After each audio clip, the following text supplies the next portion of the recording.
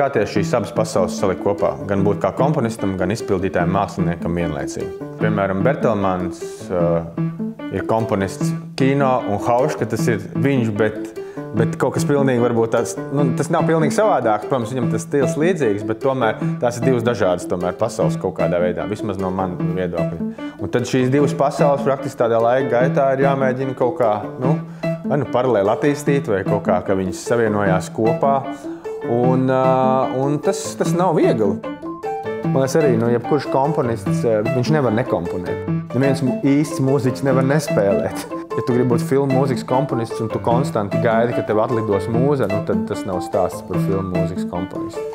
Tur jābūt visām prasmēm, tev jābūt visas zināšanām, prasmēm, tev jābūt arī šai dievišķai enerģijai, kas mēs saucam pa mūzu, vai flow state'am. Un flow state pēc manas pieredzes ir tāds, ko tu uztrenē īstenībā.